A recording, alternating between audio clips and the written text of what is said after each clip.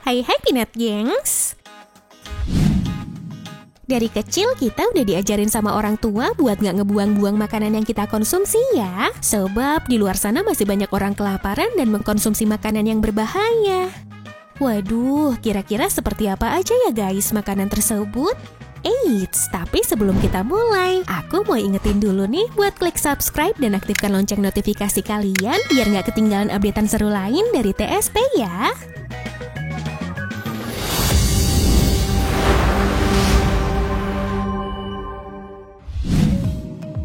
Guys, kalian udah familiar banget kan dengan yang namanya kue lumpur? Duh, aku tuh suka banget sama kue yang satu ini.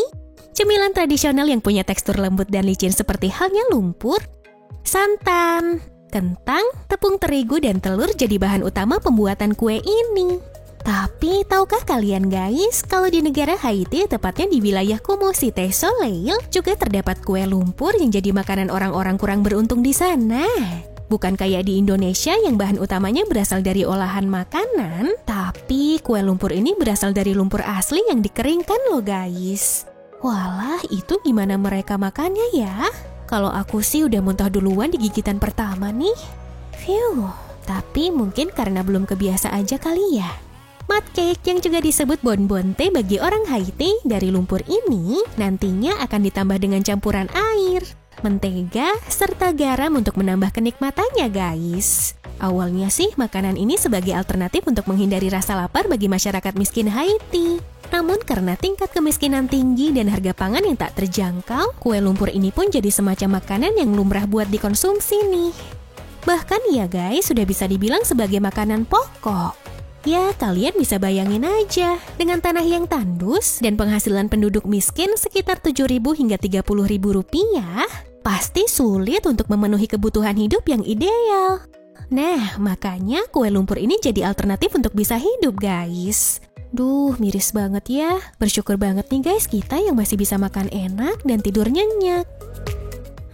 Kalau ngomongin soal rasa dan juga dampak bagi kesehatan, kue lumpur ini emang cukup memprihatinkan nih guys. Bonbonte memiliki rasa mirip seperti bau tanah saat hujan dengan sedikit rasa asin.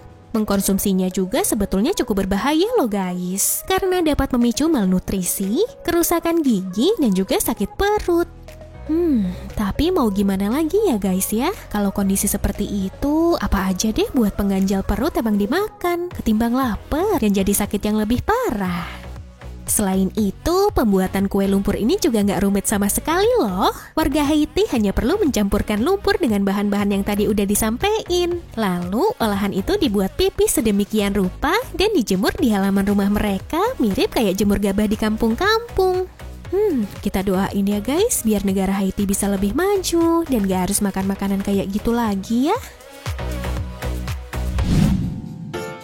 Berikutnya, aku mau ngajakin kalian ke India untuk lihat masyarakat Musahar yang mengkonsumsi tikus sebagai makanan untuk mengganjal perut nih guys. Masyarakat yang tinggal di wilayah Bihar dan Uttar Pradesh itu hidup miskin karena sistem kasta India yang menempatkan mereka di lapis terbawah.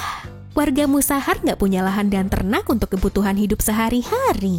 Pendapatan mereka juga nggak sampai $1 atau Rp14.000 per harinya, guys. Waduh, miris banget ya. Penghasilan sekecil itu membuat mereka sulit mendapatkan makanan layak. Bahkan nih guys, warga di sana tak jarang menyantap apapun yang ditemukan, mulai dari keong hingga kecoa karena saking miskinnya. Nah, kalau tadi makan lumpur sampai tikus dan kecoa, di sini orang-orangnya makan sampah, guys. Duh, kebayang gak sih? Kemiskinan ekstrim membuat beberapa warga di Manila, Filipina harus memilih hidup untuk makan dari makanan sampah yang telah dibuang. Makanan itu disebut pakpak, makanan dari sisa hotel atau restoran untuk diolah kembali menjadi makanan sehari-hari. Duh, gak kebayang ya rasanya kayak apa nih. Memakan pakpak jadi alternatif masyarakat miskin di Filipina mengatasi rasa lapar mereka. Selain itu guys, pakpak juga nggak hanya diolah untuk konsumsi pribadi loh, melainkan diperjualbelikan kembali seharga 10 peso atau Rp2.500 setiap porsinya. Dari segi kesehatan sendiri, makanan ini sangat beresiko merusak saluran pencernaan karena bakteri seperti bakteri Salmonella biasanya nongkrong di tempat sampah untuk memakan makanan sisa.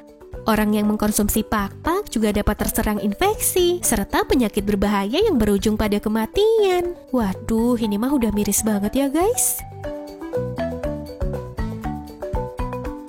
Nah gengs, itu tadi ya informasi yang dapat TSP sajikan kepada kalian semua. Jangan lupa like, komen, dan share video ini kalau kamu suka ya. Tetap selalu jaga kesehatan dan sampai jumpa lagi. Dah.